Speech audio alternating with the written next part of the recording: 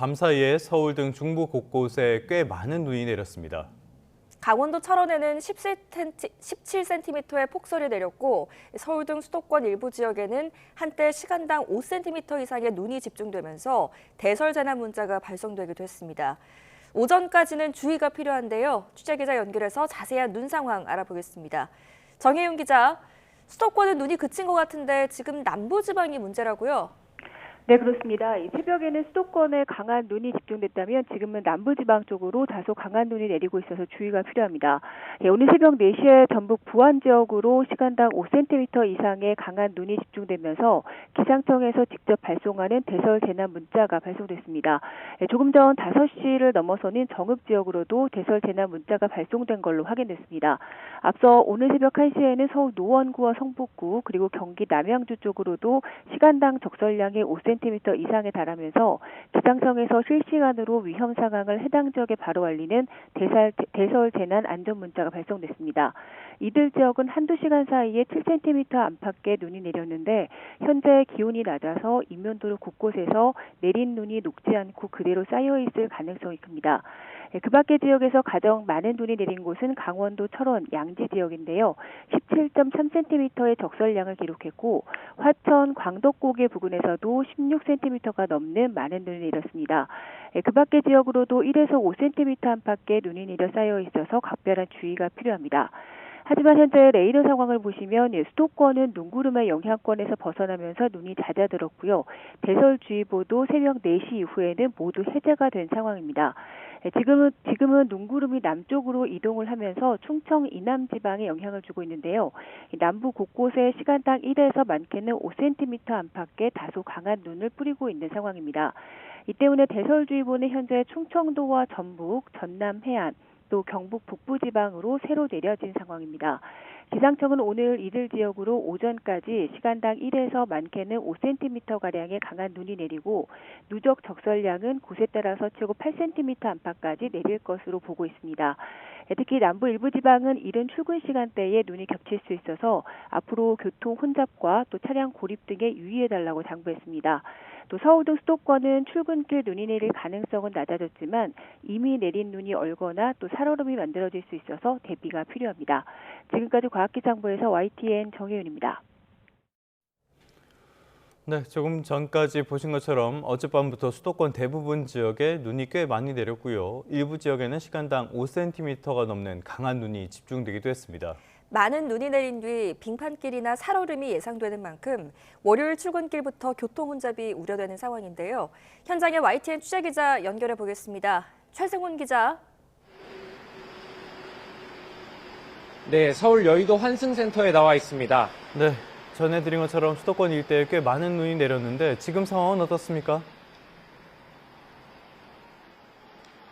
네, 이곳 서울 여의도 환승센터에서는 얕은 눈발이 흩날리다 잠시 그쳤지만 밤사이 내린 눈으로 도로 곳곳과 나무가 하얗게 변했습니다. 저희 취재진이 새벽 4시부터 이곳에 나와 있었는데 도로 위 눈은 대부분 녹아있는 상태였습니다. 하지만 일부 길이 미끄러운 만큼 차들은 평소보다 서행하고 있고요. 다만 아직 본격적인 출근길이 시작되지 않아 교통 혼잡으로 이어지진 않고 있습니다. 어젯밤부터 오늘 새벽까지 수도권 전체에 대설주의보가 내려진 가운데 지금 수도권 대부분에서는 대설주의보가 해제됐습니다. 행정안전부는 어젯밤 10시를 기점으로 대설 위기경보를 관심에서 주의로 올리고 중대본 1단계를 가동해 대응에 나섰습니다. 다만 수도권 눈이 비교적 빨리 그쳤고 도로 제설도 잘 이루어져 서울 시내 주요 도로 가운데 폭설 때문에 통제된 구간은 없는 것으로 파악됐습니다. 네, 특히 월요일 아침이라 출근길 혼잡이 우려되는 상황인데요. 교통 대응 상황도 함께 전해주시죠.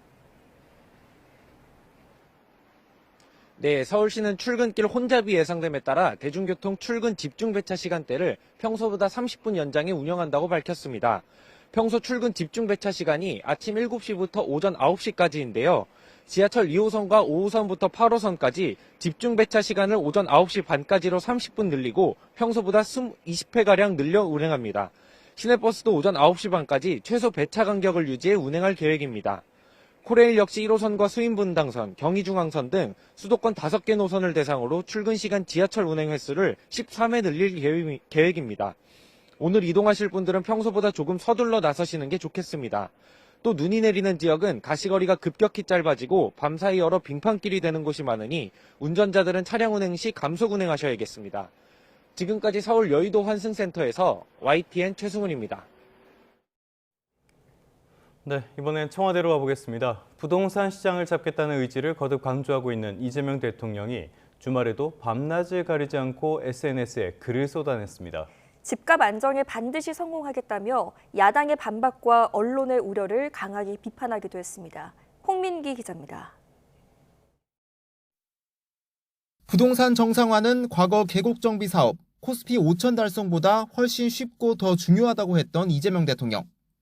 그러면 왜 아직 못했느냐는 야당 비판이 이어지자 늦은 밤 다시 SNS에 등장했습니다.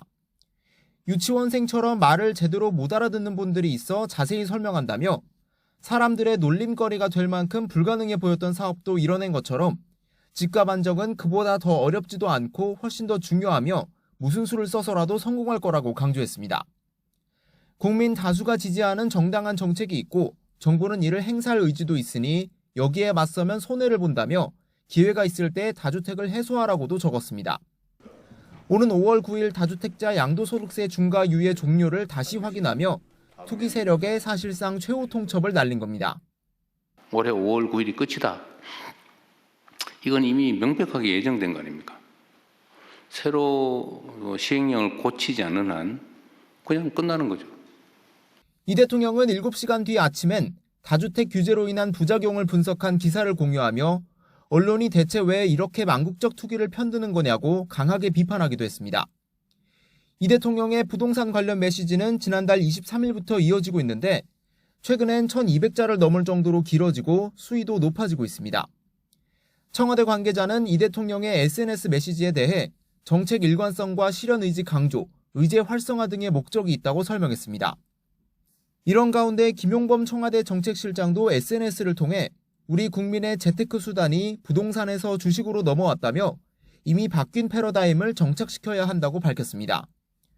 정부가 부동산 투기 수요 억제에 총력을 다하는 가운데 부동산에 쏠려 있는 투자 심리를 주식시장으로 돌리겠다는 의도로 풀이됩니다. YTN 홍민기입니다. 자, 이렇게 거칠고 잦은 이 대통령의 부동산 SNS 글은 정쟁으로도 번졌습니다. 국민의힘은 소설속 인물인 엄석대에 비유하면서 겁주기로는 집값을 잡을 수 없다고 지적했습니다. 민주당은 야당의 부동산 폭등을 원하는 청개구리냐면서 국정 발목 잡기는 그만하고 민생 살리기에 협조하라고 촉구했습니다. 박희재 기자입니다. 망국적 부동산 정상화, 마지막 기회라는 이재명 대통령의 잇따른 부동산 SNS 글을 두고 국민의힘은 일종의 국민 겁박이라고 직격했습니다. 부동산 소유 자체가 범죄가 아닌데 공포감을 조성해 단속 대상으로 몰고 있다면서 소설 우리들의 일그러진 영웅의 엄석대에 비유하기도 했습니다. 대통령님의 SNS는 마치 반장으로 반 학생들을 강압적으로 대하는 엄석대를 떠올리게 합니다. SNS를 통해 국민을 겁박할 시간에 고위공직자들의 다주택부터 처분하게 하십시오.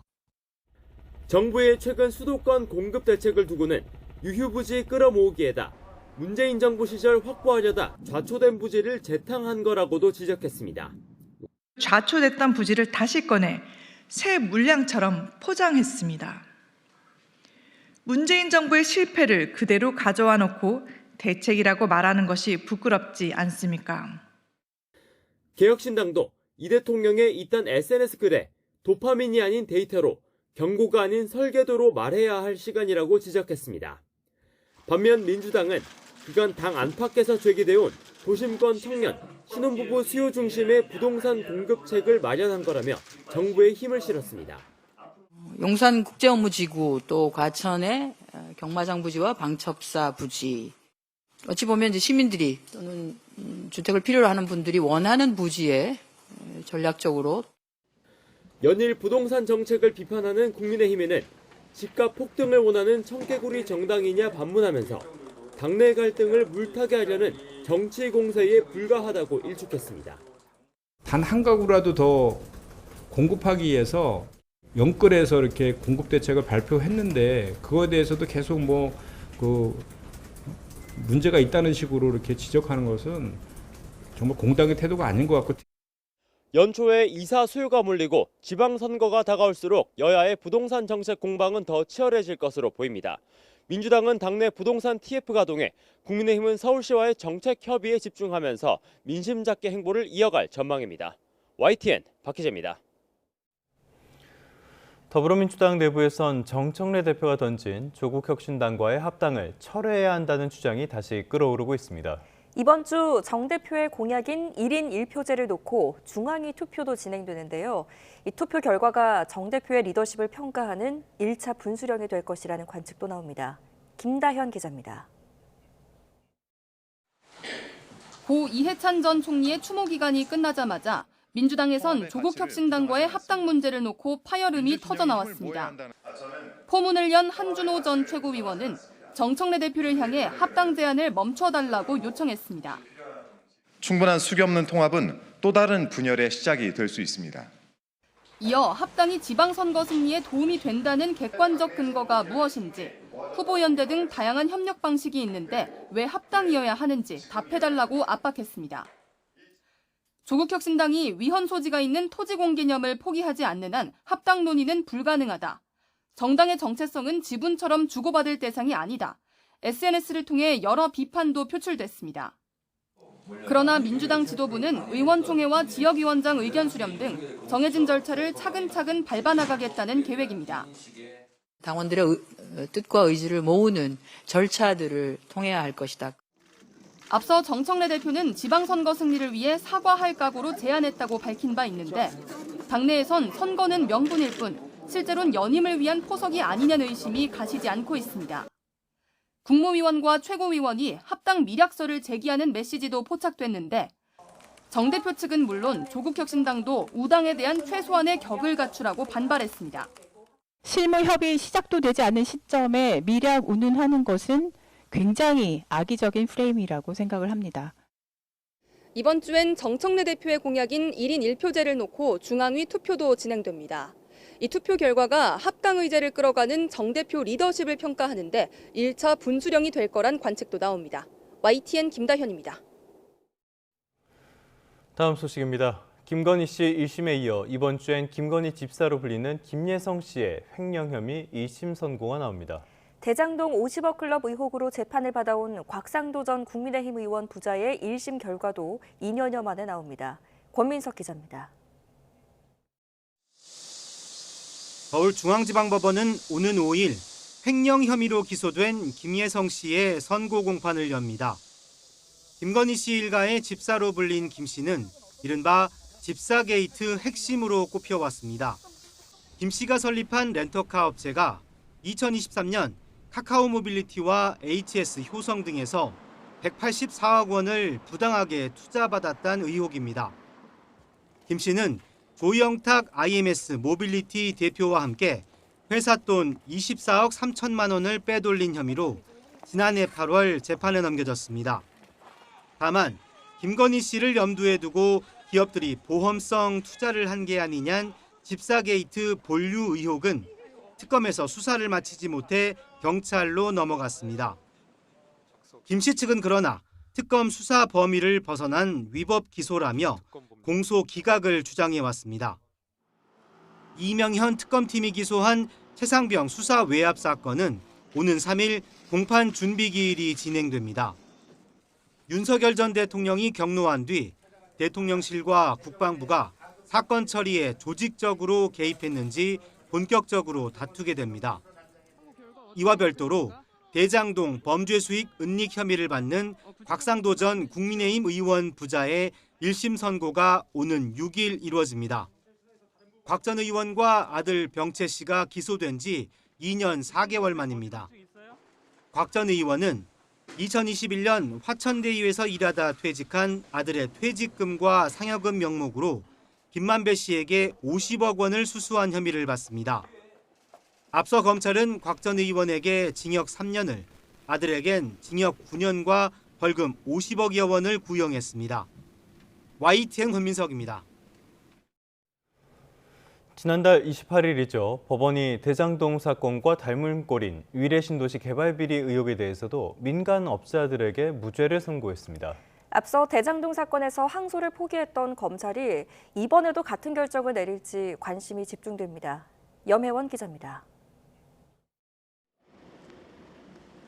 지난달 28일 열린 위례 신도시 개발 비리 1심에서 재판부는 유동규 전 성남도시개발공사 기획본부장과 남욱 변호사, 정영학 회계사에게 무죄를 선고했습니다.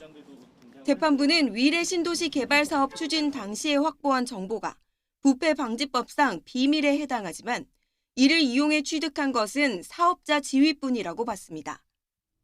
성남시의 계획 승인과 심사, 분양, 아파트 시공 등 후속 단계를 거쳐야 배당금을 받을 수 있는 만큼 사업자 지위와 배당 이익 사이에 직접 인과관계가 없다는 겁니다. 이제 관심은 검찰의 항소 여부입니다. 위례 사건은 대장동과 비슷한 구조와 수법으로 이뤄져 이른바 대장동 예행연습으로 불렸습니다. 대장동 사건 역시 지난해 10월 배임 등 일부 혐의는 유죄가 나왔지만 이해충돌방지법 위반은 모두 무죄가 선고됐습니다. 이후 검찰은 실익이 없다며 항소를 포기했고 수뇌부가 대거 사표를 내거나 강등되는 등 심각한 내홍을 겪었습니다. 때문에 이번 위례 사건 역시 항소는 어려울 거라는 전망이 나옵니다.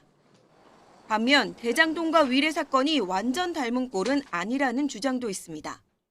대장동 사건에선 서판교 터널 위치 정보 등은 직무상 비밀에 해당하지 않는다고 봤지만 이번엔 민간 사업자들이 확보한 정보의 비밀성을 인정한 만큼 다퉈볼 여지가 있다는 겁니다. 다만 이 경우에도 범행 시점이 사업자로 선정된 2013년 12월이라 부패방지법 공소시효가 만료된 거로 볼 수도 있습니다. 항소 기한은 오는 4일까지인데 검찰이 포기할 경우 1심 판결이 확정되고 이재명 대통령의 관련 혐의 역시 모두 무죄 판단이 나올 가능성이 커집니다. YTN 염혜원입니다.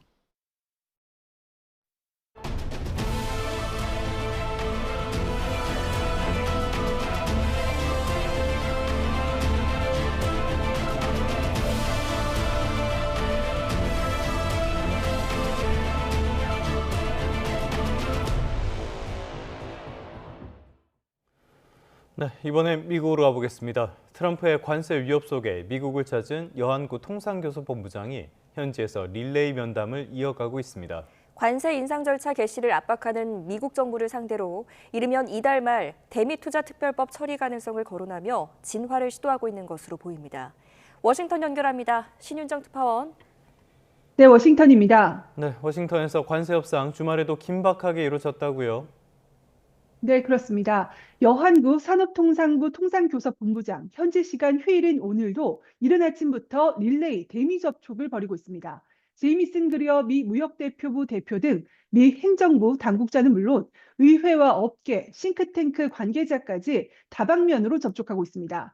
김정관 산업부 장관에 이은 여 본부장의 미국 방문은 트럼프 미 대통령이 한국의 투자 지연을 문제 삼으면서 한국산 자동차와 상호 관세를 다시 25%로 인상하겠다고 위협한 데 따른 겁니다.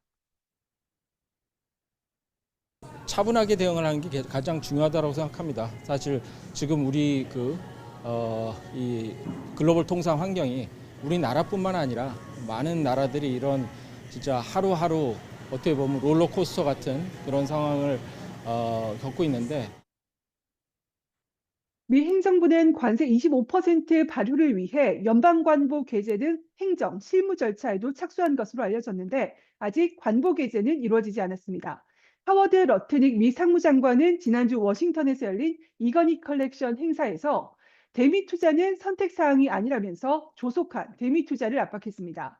이르면 이달 말로 예상되는 미 연방대법원의 관세 판결과 오는 11월 중간선거를 앞두고 트럼프 대통령으로서는 가시적인 관세 성과가 필요한 것으로 보입니다. 이처럼 거센 압박의 여 본부장은 우리 국회 상황을 설명하면서 한국도 투자 이행에 속도를 내고 있다는 점을 설득하고 있는 것으로 전해졌습니다. 특히 여당인 더불어민주당이 어제 대미투자특별법 처리 시한을 2월 말에서 3월 초로 제시한 점을 추가로 설명하고 있을 것으로 예상됩니다. 이에 더해서 특별법 처리 전이라도 미국이 제안하는 투자 프로젝트에 대한 사전 협의도 새 협상 카드로 제시하고 있는 것으로 전해졌습니다. 김용범 대통령 정책실장은 특별법 통과 전이라도 투자 프로젝트에 대한 사전 준비 방안을 고민해 보겠다고 언급하기도 했습니다. 여 본부장은 이번 주 초까지 워싱턴에 머무를 예정이고 김정관 산업부 장관은 한국에서 러트닉 상무장관과의 화상회의를 이어갑니다. 이어 오는 4일에는 핵심 광물 장관급 회의 참석을 위해서 조현 외교부 장관이 미국을 방문해서 마코 루비오 미 국무장관과 양자 회담을 추진할 것으로 보입니다. 통상 투톱에 이은 외교 수장관 회담까지 이어지면서 관세 문제 해결에 실마리를 찾을 수 있을지 주목됩니다. 지금까지 워싱턴에서 YTN 신윤정입니다.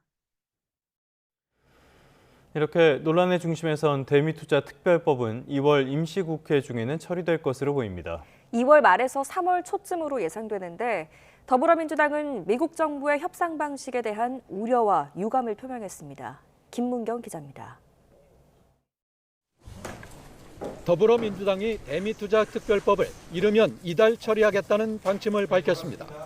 한정혜 정책위 의장은 국회 관련 상임위를 거치면 처리될 수 있다며 2월 말에서 3월 초라는 일정을 제시했습니다.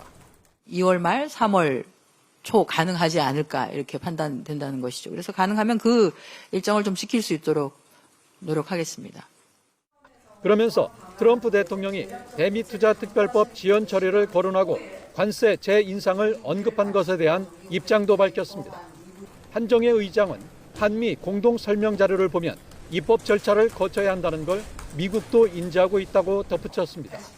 그러면서 우리의 절차를 미국도 지켜줘야 하는데 미국 정부가 불필요한 갈등을 만들고 있는 게 아닌가 하는 생각이 들고 이런 방식의 협상에 대해 우려스럽다고도 전했습니다. 양해각서라고 하면 그것이 지켜질 수 있도록 해당 국가의 절차를 존중해 주는 것이 저는 필요하지 않나라는 생각이 듭니다. 그런 부분에 있어서는 상당히 조금 유감스럽다라고 하는.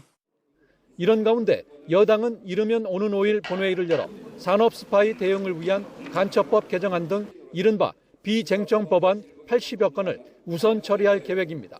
국회가 너무 느려 일을 할 수 없는 상태라는 이 대통령의 질타가 고려된 것으로 보입니다. 다만 정청래 대표가 설 이전 처리를 약속했던 사법개혁 법안을 비롯해 검찰개혁 후속법안, 3차 상법 개정안 등은 설 이후로 늦춰질 것으로 보입니다.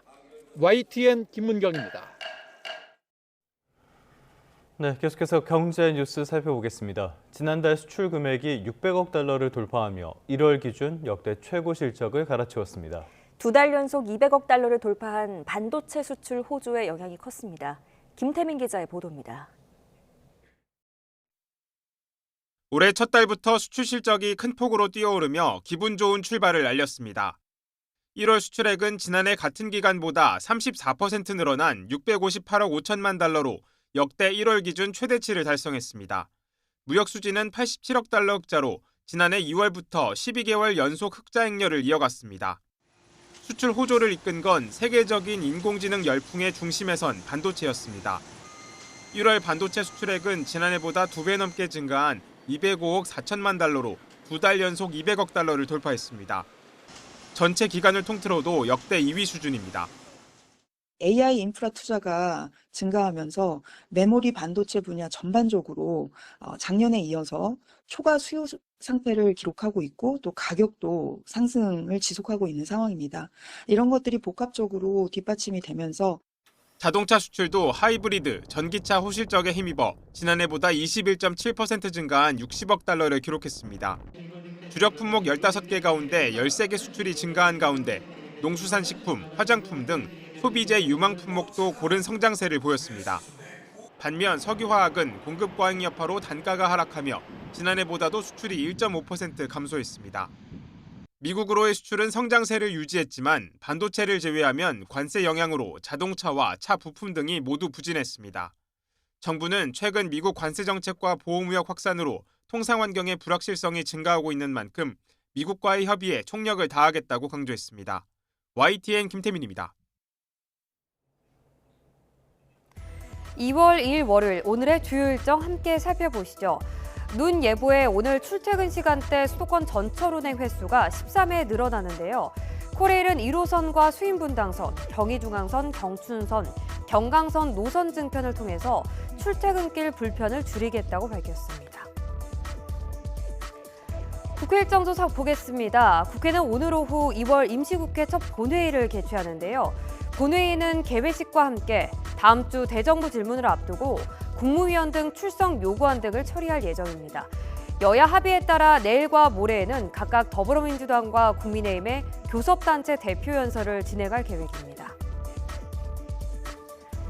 다음 일정입니다. 오늘부터 오는 10월 말까지 보험 사기와 이른바 사무장 병원으로 불리는 불법 의료기관 개설 등에 대해서 전국 특별 단속이 실시됩니다.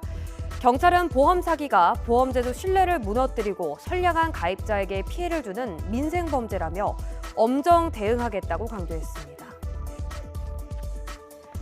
두바이 쫀득쿠키를 비롯해 디저트류 판매업체 3,600여 곳이 오늘부터 닷새간 집중 점검에 들어가는데요. 식품의약품안전처는 두바이 쫀득쿠키 재료가 주로 수입식품인 점을 고려해 당국에 신고하지 않고 들여왔거나 소비기한을 준수하고 있는지 살펴볼 예정입니다. 지금까지 오늘의 주요 일정이었습니다. 네, 사건 사고 소식입니다. 경기 파주시 눈썰 매장 인근 야산에서 불이 나 휴일을 즐기던 시민들이 놀란 가슴을 쓸어내렸습니다. 서울 정릉에선 60대 운전자가 몰던 차량이 주차장에서 갑자기 돌진해 8대를 들이받기도 했습니다. 유서연 기자가 취재했습니다. 새하얀 눈이 쌓인 눈썰 매장 바로 인근 야산에서 희뿌연 연기가 솟아오릅니다. 모처럼 휴일을 즐기던 시민들은 놀란 눈으로 주위를 살핍니다. 타고 있는데 불이 나고 있었어요. 빨간 불길이 보였죠. 오후 1시 35분쯤 경기 파주시 금곡리에 있는 야산에서 불이 나 50분 만에 꺼졌습니다. 산림당국은 헬기와 진화 차량, 인력 40여 명을 투입해 진화 작업을 벌였고 다행히 다친 사람은 없었습니다. 산림당국은 정확한 피해 면적과 화재 원인을 조사하고 있습니다. 차량 여러 대가 부서져 있고 주차장에는 파편이 널브러져 있습니다. 서울 정릉동 빌라 주차장에서 60대 여성이 몰던 승용차가 돌진한 건 오전 9시 반쯤. 이 사고로 다친 사람은 없었지만 오토바이 1대와 차량 7대가 파손됐습니다. A씨가 몰던 차량은 일반 내연기관 차였는데 A씨는 출동한 경찰관에게 급발진을 주장한 거로 전해졌습니다. 오전 11시 40분쯤엔 경기 의정부시 장암동 교차로에서 좌회전하던 승합차와 직진하던 SUV가 충돌했습니다. 이 사고로 SUV를 몰던 50대 여성이 무릎 통증을 호소해 병원에 옮겨졌습니다. 경찰은 CCTV 등을 토대로 신호위반 여부 등 정확한 사고 경위를 조사하고 있습니다. YTN 유서연입니다. 전동 휠체어로 고의로 사고를 낸 뒤에 보험금을 챙긴 60대가 경찰에 붙잡혔습니다. 고급 외제 승용차로 법규 위반 차량만 골라 사고를 낸 20대도 구속됐는데요. 현장에서 합의금을 과하게 요구하면 일단 의심해봐야 합니다. 김기수 기자입니다. 전동 휠체어가 횡단보도 앞에서 잠시 멈춰서 있다가 출발하는 화물차를 향해 갑자기 돌진합니다. 좁은 골목길을 후진으로 빠져나오는 차량을 향해 방향을 틀어 그대로 들이받기도 합니다. 전동 휠체어 사용자 등 교통약자를 보호해야 한다는 심리를 악용한 고의사고입니다. 고의사고로 보험금을 가로챈 60대 A씨가 경찰에 붙잡혔습니다. 피해자는 차 한 대가 간신히 빠져나올 수 있는 좁은 골목길에서 움직이는 차량을 노렸습니다. 경찰 조사 결과 A씨는 고의사고로 2년 동안 4차례에 걸쳐 보험금 1,000여만 원을 받아낸 것으로 파악됐습니다. 하지만 A씨는 관련 혐의를 부인하고 있는 것으로 전해졌는데 경찰은 A씨를 불구속 송치했습니다. 청주에서도 비슷한 범행이 적발됐습니다. 고급 승용차를 몰며 법규 위반 차량만 골라 36건의 접촉사고를 낸 뒤 합의금 명목으로 1억 9천만 원을 챙긴 20대가 구속됐습니다. 이 남성은 경찰 수사를 받는 중에도 범행을 멈추지 않았던 것으로 확인됐습니다. 경찰은 보험 사기가 주로 법규 위반 차량을 노리는 만큼 교통법규 준수가 최선의 예방책이라고 강조합니다. 현장에서 합의금을 요구하는 사례는 극히 드뭅니다. 만약에 현장에서 합의금을 요구한다면 수사기관에 적극적으로 수사 의뢰를 해주시기 바랍니다. 경찰은 사고 규모보다 과도한 통증을 호소하거나 현장 합의를 종용할 경우 즉시 금융감독원이나 보험사에 신고해달라고 당부했습니다. YTN 김기수입니다. 인공지능으로 조작한 아이의 울음소리로 학부모의 불안감을 자극하는 납치빙자 보이스피싱이 기승을 부리고 있습니다. 금감원은 학원 밀집 지역 등에서 미성년 자녀와 학부모의 이름, 연락처를 악용한 이러한 사기가 성행하고 있다며 소비자 경보를 발령했습니다. 사기범은 학부모에게 전화를 걸어 자녀의 울음소리를 들려준 뒤 자녀가 자신에게 욕을 하거나 휴대전화 액정을 망가뜨려 납치했다고 주장하는 수법을 사용합니다. 또 일반적인 보이스피싱과는 달리 술값이나 수리비 등으로 50만 원 정도의 소액을 이체하라고 요구하는 것으로 드러났습니다. 금감원은 전화로 자녀의 우는 목소리를 들려주면서 납치를 주장할 경우 AI를 악용한 보이스피싱을 의심하고 자녀에게 직접 전화를 걸어 위치와 안전을 확인하라고 당부했습니다. 경찰이 인천의 한 중증 발달 장애인 거주시설에서 제기된 성폭력 의혹과 관련해 종사자 1명을 추가 입건한 것으로 파악됐습니다. 색동원 사건 특별수사단은 지금까지 색동원 시설 원장 A씨와 종사자 2명 등 모두 3명을 피의자로 입건해 수사하고 있습니다. A씨는 시설 장애인들을 대상으로 성폭행을 저지른 혐의를, 종사자 2명은 폭행 혐의 등을 받고 있습니다. 던킨 도너츠와 베스킨 라빈스를 운영하는 비알코리아가 가맹점주의 동의를 제대로 받지 않고 판촉 행사를 벌였다가 당국의 제재를 받았습니다. 공정거래위원회는 비알코리아가 판촉 행사 비용을 분담하는 가맹점주들의 사전 동의를 받지 않고 행사를 한 것으로 드러나 시정명령과 과징금 3억 1,800만 원을 부과했다고 밝혔습니다. 비알코리아는 2023년과 이듬해 신용카드 업체 이동통신사와 제휴해 던킨 판촉 행사를 진행했는데요. 행사에 앞서 전체 가맹점주 70% 이상의 사전 동의를 받지 않은 것으로 조사됐습니다. 이 시각 주요 뉴스입니다. 밤사이 중부 곳곳에 많은 눈이 내렸습니다. 강원도 철원에는 17cm 폭설이 내렸고 수도권 일부 지역에는 시간당 5cm 이상의 눈이 집중되면서 대설 재난 문자가 발송되기도 했습니다. 폭설로 출근 시간대 교통 혼잡이 예상되면서 코레일이 출퇴근 시간대 수도권 전철 운행 횟수를 13회 늘렸습니다. 서울 시내버스는 최소 배차 간격을 유지해 운행됩니다. 미국의 관세 인상 압박 속에 여한구 통상교섭본부장이 릴레이 면담을 이어가고 있습니다. 이달 말 대미투자특별법 처리 가능성을 설명하며 진화를 시도하고 있는 것으로 보입니다. 이재명 대통령이 주말에도 밤낮을 가리지 않고 부동산 시장을 잡겠다는 글을 SNS에 쏟아냈습니다. 집값 안정에 반드시 성공하겠다면서 야당의 반박과 언론의 우려를 강하게 비판하기도 했습니다. 네, 날씨부터 살펴보겠습니다. 수도권의 대설특보는 해제됐지만 밤사이 내린 눈으로 출근길 미끄럼 사고 위험이 더 커질 것으로 보입니다. 남부지방도 대설특보가 확대하고 있어서 출근길 교통 혼잡이 우려되는데요. 야외에 나가 있는 기상캐스터 연결해 자세한 날씨 알아보겠습니다. 정수연 캐스터. 네, 광화문에 나와 있습니다. 네, 뒤쪽에 보니까 눈이 다 녹지가 않았고요. 당연히 출근길 교통 혼잡이 우려될 수밖에 없는데요. 지금 상황 어떻습니까? 네, 서울은 눈이 그쳤지만 추위 속 도로가 얼어붙어 있습니다. 제가 나와 있는 광화문 일대에도 눈이 제법 쌓여 있고요. 이른 시간부터는 제설 작업도 이뤄지고 있습니다. 서울은 눈이 모두 그치며 대설특보가 해제됐지만 지금은 남부를 중심으로 다소 강한 눈이 내리고 있습니다. 수도권과 중부지방은 이미 내린 눈에, 또 남부지방은 내리고 있는 눈에 교통 혼잡이 우려됩니다. 오늘 출근길은 평소보다 서둘러서 나오시기 바랍니다. 밤사이 많은 눈이 내리면서 일부 수도권에는 대설 재난 안전 문자가 발송됐습니다. 서울 노원구에는 한두 시간 사이 7.3cm의 눈이 쌓였고 어제 저녁부터 지금까지 강원도 철원에는 17.3cm, 화천 광덕고개에는 16.6cm의 적설량이 기록됐습니다. 눈구름이 남쪽으로 이동하며 현재 충청 이남을 중심으로 눈이 내리고 있습니다. 전남 등 남부를 중심으로는 대설특보가 확대된 가운데 이들 지역은 시간당 1에서 3cm의 다소 강한 눈이 집중되고 있습니다. 특히 시간당 5cm 이상의 눈이 내리며 조금 전 부안과 정읍 지역에 새벽 5시와 4시에 각각 대설 재난 문자가 발송됐습니다. 이들 지역에서는 많은 눈이 내려 쌓일 수 있어 주의가 필요합니다. 앞으로 오전까지 많은 눈이 더 오겠습니다. 호남 내륙에도 최고 8cm, 춘천과 영남에도 최고 7cm의 눈이 내려 쌓이겠습니다. 반면 동쪽 지방을 중심으로는 눈의 양이 적어서 대기 건조함이 계속되겠고요.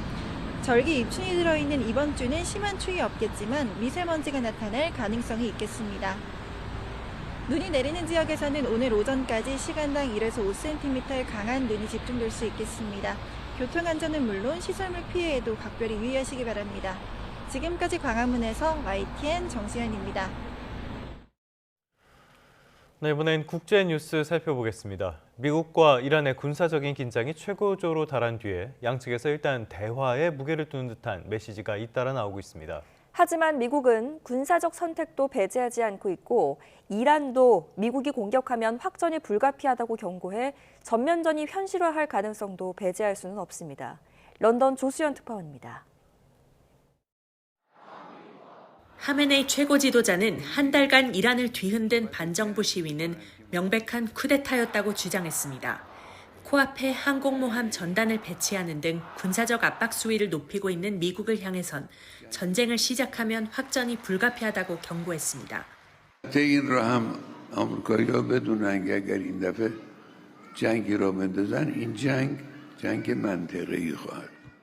그러면서도 다른 편으론 연일 강력한 협상 신호를 보내고 있습니다. 이란 정부 당국자는 며칠 전 국영 언론의 보도 내용을 부인하며 호르무즈 해협에서 실사격 훈련을 실시할 계획이 없다고 밝혔습니다. 또 반정부 시위에 참여했다는 이유로 사형 집행이 예고됐던 청년도 돌연 석방된 것으로 전해졌습니다. 외무장관은 CNN과의 인터뷰에서 미국이 제재를 해제하면 핵무기를 포기할 수 있다고 강조했습니다. President Trump said no nuclear weapons, and we fully agree with that. That could be a very good deal. Of course, in return, we expect sanction lifting. So that deal is possible. 트럼프 대통령도 대화를 통해 이란 핵 문제를 해결하고 싶다며 협상에 무게를 뒀습니다. 중동 전쟁이 현실화할 수 있다는 하메네이의 발언에 대해서는 협상에 달렸다고 말했습니다. Hopefully we'll make a deal. If we don't make a deal, then we'll find out whether or not he was right.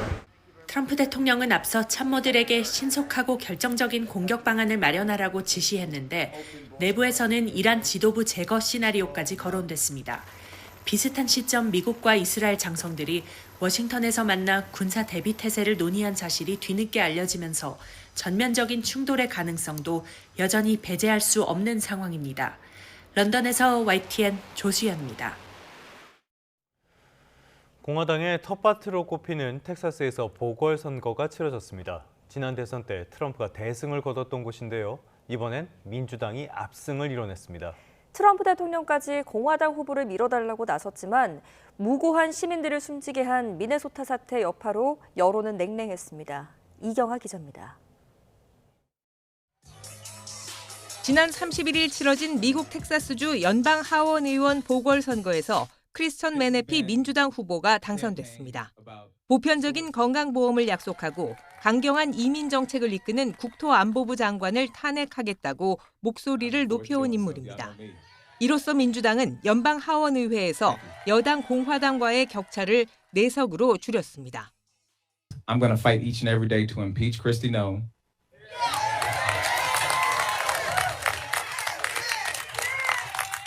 To tear ICE up from the roots. And to fix this country's broken immigration system.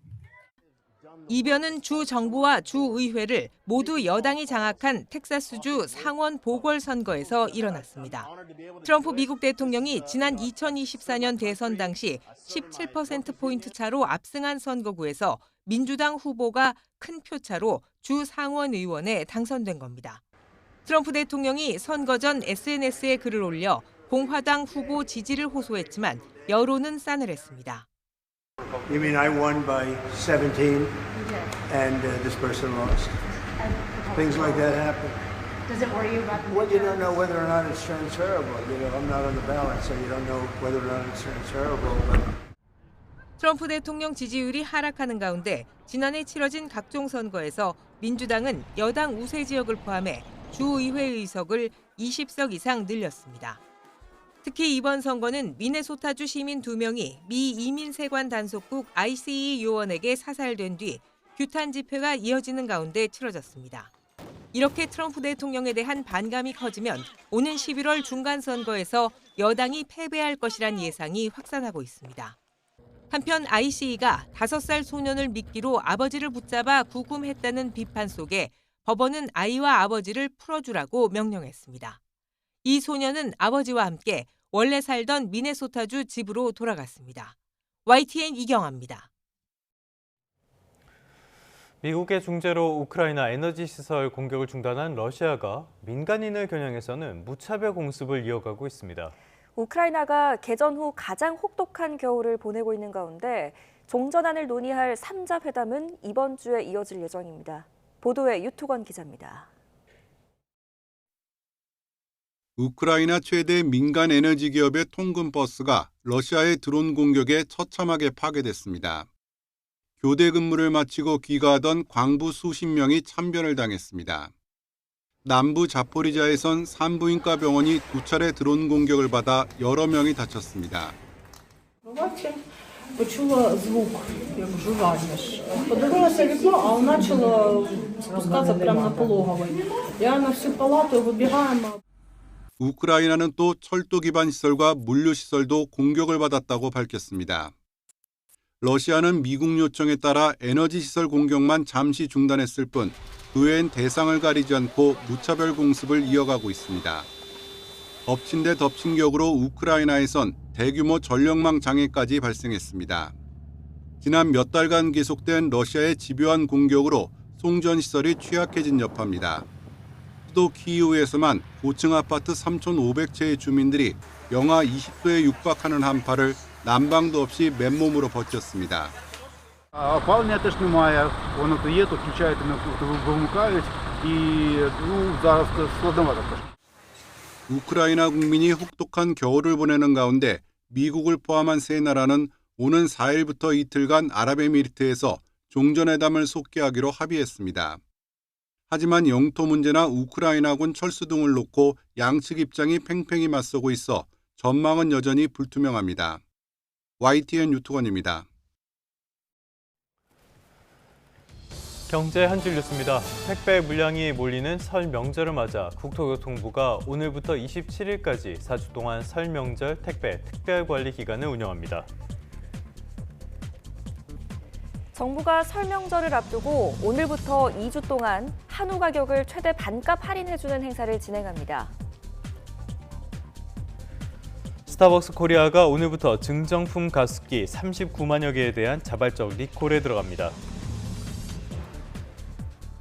삼성전자가 3년 만에 한국 직장인이 가장 일하고 싶은 기업 1위로 복귀했습니다. 올해 1분기 중 저녁과 밤 시간대 산업용 전기요금은 올리고 낮 시간대 요금은 낮추는 요금 체계 개편이 추진됩니다. 지난해 서울에서 분양된 아파트 평균 청약 가점이 65.81점으로 지난 2020년 이후 최고를 기록했습니다.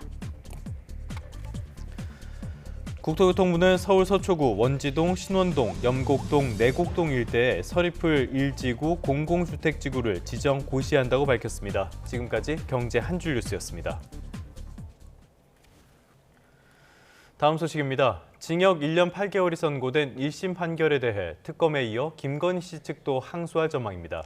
1심 재판부가 대부분 혐의를 무죄로 판단하면서 항소심에서 한층 치열한 공방이 예상됩니다. 안동준 기자입니다. 혐의 대부분이 무죄로 인정된 김건희 씨 측은 1심 선고 직후부터 항소를 예고했습니다. 법정 다툼 1라운드에서 사실상 우위에 섰지만 유죄로 선고된 부분을 상급심에서 다시 다퉈보겠다는 의사를 밝혔습니다. 피고인이 영부인의 지위였기 때문에 좀 다소 높은 형량이 선고되지 않았나, 다른 사건에 비해서 그렇게 생각을 합니다. 앞서 1심 재판부는 통일교 측으로부터 받은 2차례 금품에는 청탁에 대한 대가 관계가 있다고 봤습니다. 김 씨 측은 청탁 내용에 비해 수수한 금품 가액이 너무 작아 대가 관계가 존재할 수 없다고 주장하지만 받은 금품과 알선행위 자체만 있다면 대가성이 인정된다는 게 재판부 판단입니다. 김 씨 측은 항소심에서 이러한 1심 재판부 판단을 뒤집고 형량을 낮추는 데 주력할 걸로 보입니다. 반면 특검 측은 이미 1심 판결이 부당하다며 선고 이틀 만에 항소장을 제출했습니다. 특히 도이치모터스 주가 조작 혐의에 대한 무죄 판단이 대법원 판결과도 어긋난다며 장문의 설명 자료도 내놨습니다. 여론조사 무상수수 혐의와 일부만 유죄로 인정된 통일교 금품수수 혐의에 대해서도 납득이 어렵다고 날을 세웠습니다. 혐의 대부분을 다시 따져봐야 하는 만큼 항소심 재판에서 또 한 번 치열한 공방이 이어질 전망입니다. YTN 안동준입니다. 충북 음성의 생필품 제조 공장 화재 현장에선 실종자 수색 작업이 어려움을 겪고 있습니다. 외국인 노동자 2명이 실종됐는데 시신 한 구가 공장 계단에서 발견됐고 소방당국은 또 다른 실종자를 찾기 위해 탐색 장비를 투입했습니다. 오승훈 기자입니다. 철골 구조물들이 힘없이 주저앉았고 무너져 내린 잔해들이 잔뜩 쌓여 있습니다. 뿌연 연기가 피어오르지만 소방 구조대원들은 아랑곳하지 않고 잔해물을 들춰가며 수색 작업을 이어갑니다. 충북 음성 생필품 제조 공장에서 발생한 불은 21시간 만에 모두 꺼졌지만 수색은 계속되고 있습니다. 이번 화재로 외국인 노동자 2명이 실종됐는데 실종자로 추정되는 시신 한 구가 공장 2층 계단에서 발견됐습니다. 실종자는 60대 카자흐스탄 국적 노동자와 20대 네팔 국적 노동자 등 2명으로 발견된 시신의 신원은 아직 파악되지 않았습니다. 경찰은 국립과학수사연구원에 신원 확인을 요청했고 소방당국은 수색에 집중하고 있습니다. 처음에 실종자가 발견된 지점이 A동이기 때문에 A동 실종자 발견 지역을 위주로 그 인근에 대한 수색을 집중 실시하고 있습니다. 하지만 붕괴 위험 등으로 수색에 난항을 겪고 있습니다. 굴착기 등 중장비를 동원해 잔해물을 걷어내고 있고 내시경이 달린 도시 탐색 장비도 투입됐습니다. 도시 탐색 장비는 매몰되었을 때 우리가 소위 말하는 이제 뇌시경 같은 장비가 있습니다. 그래서 붕괴된 부위를 그걸 앞으로 탐색을 하면서 의심이 나는 부분은 대원이 진입을 해서 사람을 찾는 방식으로 진행하고 있습니다. 소방당국은 확보한 CCTV 영상 등을 토대로 시신이 발견된 공장 A동 부근을 최초 발화 지점으로 추정하고 있습니다. 화재 당시 대피한 직원들은 화재 경보기가 울려 밑으로 내려와 보니 불이 나 있었다고 경찰에 진술한 것으로 전해졌습니다. 경찰과 소방은 실종자 수색을 마치는 대로 화재 원인 규명을 위한 합동 감식을 진행할 예정입니다. YTN 오승훈입니다. 네, 다시 한번 날씨 살펴보겠습니다. 앞서 전해드린 대로 밤사이에 전국에 꽤 많은 눈이 내렸습니다. 서울은 대설주의보가 해제됐지만 강한 눈구름이 충청 이남으로 내려가면서 아침 출근길 살얼음이나 빙판길 주의가 필요합니다. 반기성 YTN 재난전문위원 연결해서 자세한 내용 알아보겠습니다. 위원님 나와 계십니까? 네, 안녕하세요. 네, 안녕하십니까 위원님. 일단은 수도권 쪽에는 눈이 대체로 잦아들고요. 그친 것 같습니다. 지금 이 시각에 눈이 가장 많이 내리고 있는 지역, 아직까지 내리는 지역 어디입니까? 일단 어젯밤부터 오늘 오전 2, 3시까지 수도권, 강원, 충남 지역에 많은 눈을 가져왔던 눈구름대는 저 남쪽으로 이동을 하고 있고요. 현재 눈이 많이 내리는 지역은 충북 남동부 지역, 전북 동부, 전남 남부 동부, 그리고 경상 서부 지역인데요. 이 중에서 이제 시간당 2에서 3cm 이상의 강한 눈이 내리고 있는 지역은 전북 동부 지역, 그리고 전남 남부와 전남 동부 지역이 되겠습니다. 네, 지금 강원도 철원 지역에 무려 눈이 17.3cm나 쌓였다고 하는데 이게 어느 정도로 눈이 쌓인 겁니까? 사실은 상당히 많은 눈이죠. 뭐 폭설인데 예. 대개 이제 성인 무릎까지 오는 수준 아닙니까? 이건 일상생활에 지장을 줄 수 있는 정도죠. 대개 이 눈높이가 발목으로 훨씬 지나서 종아리 중간 이상 무릎 가까이 쌓이게 됩니다. 예. 따라서 일반 운동화를 신고 걷기가 어렵고요. 방수 기능이 있는 장화라든가 등산화가 필요하고요. 걸을 때 신이 눈 신발 안으로 들어오거나 푹 빠져서 걷기 힘든 수준이 됩니다. 차량이나 도로 같은 경우도 도로는 흰눈으로 완전히 덮이게 되고요. 차량 밖에는 헛돌기 쉽습니다. 제설 작업이 쉽게 이루어지지 않는다면은 교통 정체라든가 마비가 발생할 수 있는 수준이 되고요. 이 정도 눈이 내리는 경우 해외에서는 도로를 차단하거나 항공편을 지연시키기도 합니다. 알겠습니다. 아직까지 눈이 오는 지역도 있고 밤사이에 많은 눈이 내린 지역도 있다 말씀을 해주셨는데 지금 중부 지역이라든지 호남 지역 아직까지 눈이 내리고 있거든요. 눈이 언제쯤 다 그칠 걸로 예보돼 있습니까? 일단 강한 눈은 지금 저 남쪽으로 거의 시간당 35km의 속도로 지금 빠르게 빠져나가고 있거든요. 따라서 뭐 말씀하신 것처럼 수도권이나 이제 충청 정도는 지금 눈이 그쳐가는 단계고요. 예. 다음에 현재 이제 눈이 내리고 있는 지역들, 그러니까 이제 전북 동부라든가 전남 동부, 경북부 이 지역은 앞으로 한 2시간 정도면 눈이 그칠 것으로 보고 있고요. 전남 남부나 남해안 지역, 그다음에 경남 서부 지역 이 지역은 앞으로 3시간 정도 지나면 눈이 일단 그칠 것으로 예상을 하고 있습니다. 네. 그런데 2월에 이렇게 대설특보 수준으로 강한 눈이 내리는 경우가 흔한 일입니까? 사실 입춘, 그다음에 우수를 끼고 있는 2월이 눈이 가장 많이 내리는 그런 달입니다. 네. 이제 눈은 추위가 한창일 때 많이 내리는 것이 아니고요. 2월 상순이 지나면서 이제 약간씩 따뜻해지기 시작할 때, 봄 기운이 스며드는 이맘때 가장 많이 내립니다. 2월에 이렇게 이제 대설주의보 수준의 눈이 많이 내리는 것은 2월은 겨울에 막빠지긴 하지만 아직도 북쪽의 찬 대륙 고기압과 남쪽의 따뜻한 기류가 부딪히면서 오늘처럼 이렇게 이제 눈구름이 발달하는 경우가 많기 때문인데요. 따라서 이런 경향들은 계속 기온이 올라가면서 2월에 눈이 많이 내리는 경향은 점점 좀 심화가 되고 있고요. 따라서 최근에도 보면 2024년 2월, 2025년 2월에도 전국적으로 폭설이 내렸습니다. 예. 특히 뭐 강원도 산간 지역이라든가 이런 지역은 거의 10에서 20cm의 폭설이 내린 경우가 많았는데요. 정말 아직 2월이 많이 남았지만 2월의 대설주의보는 상당히 흔한 그런 기상현상이라고 생각하시고 좀 이 시기에는 일기예보에 귀를 기울이시고 시설물 관리라든가 빙판길 안전 꼭 주의해 주시기 바랍니다. 알겠습니다. 일단 오늘 날씨를 보면요. 지난주보다는 확실히 따뜻했긴 했지만은 그래도 영하권 추위가 이어지고 있거든요. 이런 것들이 다 살얼음이나 빙판길로 작용할 수도 있을 것 같은데요. 유의할 점 어떤 게 있을까요? 근데 아무래도 지금 이제 이런 눈이 내리고 나면은 제일 주의를 해야 할 게 우리가 이제 빙판길 같은 것들이죠. 실제로 이제 오늘같이 이제 눈이 아직 치워지지 않은 상태에서는 눈이 그대로 얼어붙으면서 빙판길이 되지만은 네. 제설 작업이 오늘 이루어지면서 내일 사이에는 눈이 녹아서 이 얼어붙는 도로 살얼음이 가장 위험하거든요.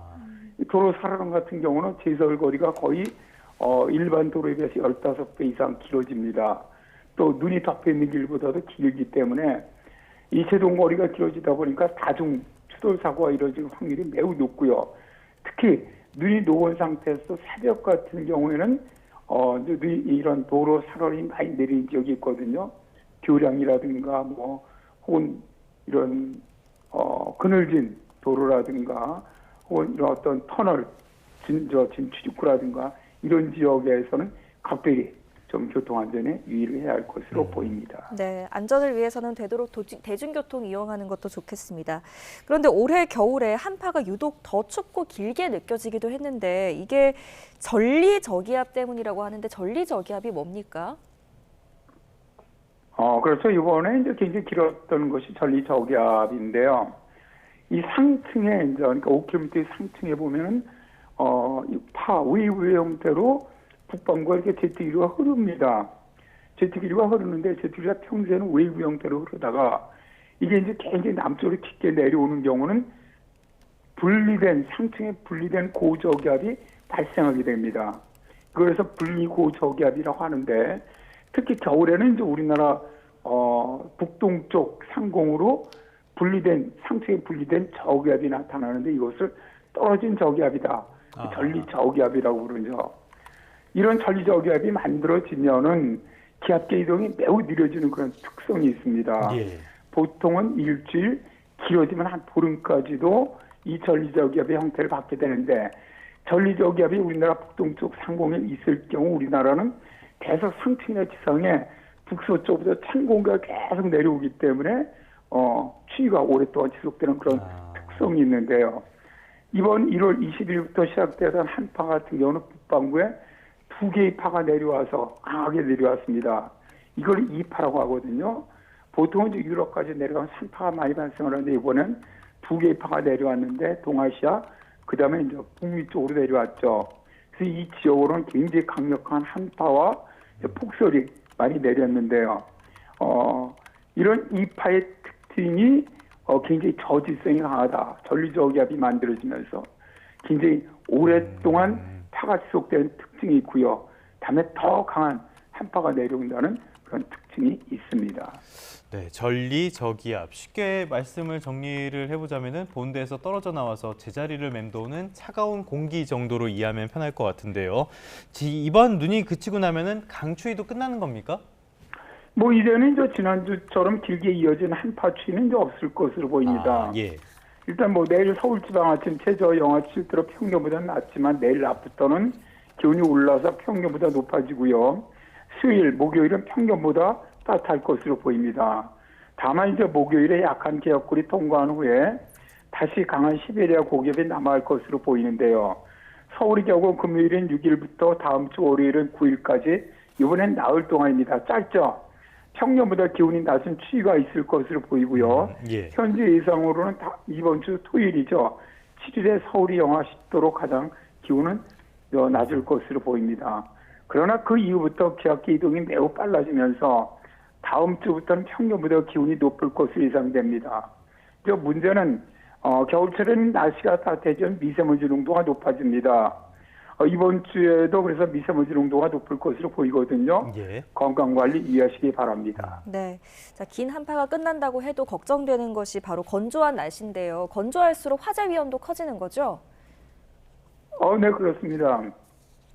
일단 뭐 지금이 그 산불이라든가 화재가 가장 많이 나는 계절이 되죠. 또 여기에다가 이제 최근에 이제 한파가 오랫동안 지속되면서 전국의 많은 지역으로 대기가 매우 건조한 상태가 지속되었습니다. 물론 이제 어젯밤부터 오늘 사이에 눈이 내린 지역은 일단 건조특보는 해제가 될 것으로 보이지만 눈이 적거나 거의 내리지 않은 지역, 동부 지역들이죠. 강원도 동부 지역, 경북 동부 지역, 경남 동부 지역. 이 지역으로는 그대로 현재 건조특보가 다 유지가 되고 있거든요. 네. 또 눈이 내렸던 지역들도 많이 내리지 않은 지역은 거의 2, 3일 후에는 다시 건조특보가 다시 내려질 것으로 보입니다. 왜냐하면 지금 대기가 굉장히 건조한 상태가 지속되기 때문에 그렇거든요.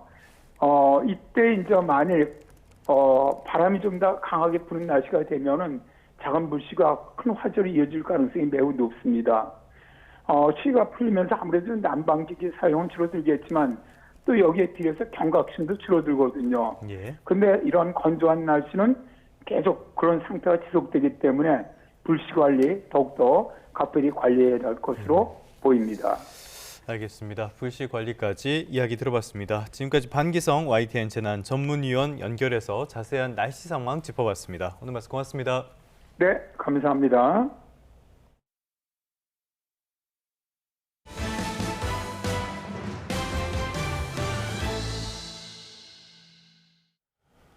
네, 다음 소식입니다. 기후변화로 남극 기온과 해빙 환경이 빠르게 바뀌면서 펭귄들의 번식 시기가 눈에 띄게 앞당겨지고 있습니다. 기후변화에서 살아남기 위한 생존 전략인데요. 지구온난화가 생태계에 얼마나 빠르게 영향을 미치고 있는지를 단적으로 보여줍니다. 권영희 기자입니다. 남극 기온이 오르면서 펭귄들은 이전보다 훨씬 이른 시기에 알을 낳고 새끼를 기르기 시작했습니다. 전투 펭귄과 아델리 펭귄, 턱근 펭귄은 10년 전보다 약 2주 빠르게 번식 과정을 시작합니다. 일부 집단은 무려 24일까지 빨라졌습니다. 번식지 평균 기온이 2012년부터 2022년 사이 섭씨 3도 가까이 오른 것이 직접적인 원인으로 분석됩니다. 번식 시기는 새끼 펭귄의 생존과 직결됩니다. 해빙이 감소해 먹이가 가장 풍부한 시기와 둥지 환경이 더 일찍 만들어지고 있습니다. Penguins are changing the time at which they're breeding at a record speed, faster than any other vertebrate. 구체적인 데이터를 확보하기 위해 남극 전역 펭귄 서식지에 77대의 원격 카메라를 설치했습니다. 장기간 관측을 통해 펭귄의 번식 시계가 바뀌었다는 것을 확인하고 기후 변화의 영향을 입증했습니다. These cameras tell us things like when the first penguin adults turn up to breed, when the chicks hatch. They also tell us the temperature, where those cameras are positioned. 문제는 번식 시기가 앞당겨지면서 서로 다른 시기에 번식하던 여러 종의 펭귄이 점점 같은 시기에 새끼를 기르게 됐다는 점입니다. 먹이를 둘러싼 경쟁이 치열해지면서 생존의 위협은 오히려 더 커졌습니다. 기온이 지금처럼 계속 오르면 일부 펭귄 종은 멸종 위기에 들어설 수 있습니다. 이 조사 결과는 기후변화가 이제 단순한 환경 변화의 문제가 아니라는 점을 보여줍니다. 펭귄의 변화한 번식 시계는 기후변화가 생태계가 적응할 수 있는 속도를 이미 넘어섰다는 경고입니다. YTN 권영입니다. 강원 영동 지역의 유일한 소아응급실이 의사 부족으로 장기간 파행 운영되고 있습니다. 이에 따라 주민들이 의사를 구해달라면서 1억 원을 모아 기부했습니다. 하지만 정작 의료 현장에선 의사 연봉을 올리는 방식만으로는 문제를 해결할 수 없다는 지적이 나오고 있습니다. 송세혁 기자가 취재했습니다. 강원 영동 지역 유일한 상급 종합병원인 강릉 아산병원 응급실입니다. 휴일과 야간에는 소아 환자를 받지 못한다는 안내문이 붙어 있습니다. 야간 휴일 진료가 중단된 건 벌써 1년 10개월째입니다. 당직을 맡을 소아과 전문의가 단 3명뿐이기 때문입니다. 결국 아이가 갑자기 아프면 2-3시간 거리의 수도권 병원으로 원정 진료를 떠나야 합니다. 병원을 옮겨 다니는 이른바 응급실 뺑뺑이 끝에 치료의 골든타임을 놓치는 일도 반복되고 있습니다. 불안을 견디다 못한 부모들이 직접 나섰습니다. 주민 10명이 십시일반 1억 원을 모아 병원에 전달했습니다. 연봉에 보태서라도 의사를 구해달라는 절박한 호소입니다. 제때 치료를 받지 못해가지고 이제 잘못되는 상황이 발생했을 때 너무 안타깝더라고요. 그래서 그런 부분들이 좀 없어졌으면 하는 마음에서 이제 기부를 좀 하게 되었습니다. 하지만 이런 정성에도 의사 구하기는 여전히 하늘의 별따기입니다. 한 해 300명 넘게 배출되던 소아과 전문의는 최근 30명 안팎, 10분의 1 수준으로 줄었습니다. 출산율은 떨어지고 의료 서비스 대가인 수가는 낮은 반면 의료 사고에 대한 법적 책임은 갈수록 무거워지면서 소아과 기피가 심해졌기 때문입니다. 특히 지방은 수술이나 중환자 치료를 뒷받침할 배후 진료 체계가 취약해 의사 부담이 더 클 수밖에 없습니다. 법적 리스크가 강해지면 강해질수록, 그런데 지방일수록 그런 시스템을 자체를 구축하기가 힘든 겁니다. 그러니까 지방은 더 선택을 하지 않는 거고요. 공공재정 지원을 늘리고 의료 사고에 대한 법적 부담을 완화하는 등 구조를 바꾸는 대책이 없으면 소아 의료 공백은 더 커질 수밖에 없다는 목소리가 높습니다. YTN 송세혁입니다. 보건복지부는 올해 노인 일자리를 역대 최다로 공급한다고 밝혔습니다. 올해 노인 일자리는 모두 115만 2천 개로 지난해보다 5만 4천 개, 그러니까 4.9% 많아졌습니다. 월 평균 급여는 공익활동은 29만 원, 역량활동은 76만 1천 원 정도인데 이 가운데 30시간 교육을 받아야 하는 유치원 시니어 돌봄사 500명은 월 90만 원의 급여를 받게 됩니다.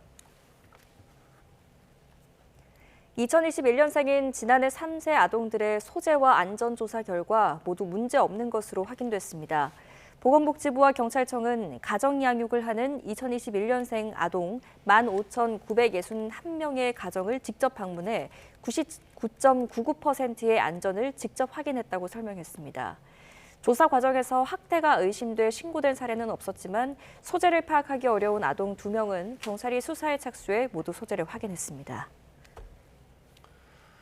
우리나라 50살 이상 3명 가운데 2명은 정년 연장에 찬성하는 것으로 나타났습니다.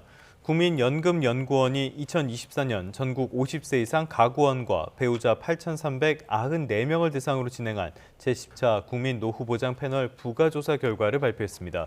이 조사 결과를 보면 정년 연장에 찬성한다는 응답자는 66%, 반대한다는 응답자는 34%로 나타났습니다. 성별로는 남성이 66.2%, 여성은 65.9%가 정년을 높이는 것에 찬성한다고 밝혀 남성의 찬성 비율이 소폭 높았습니다.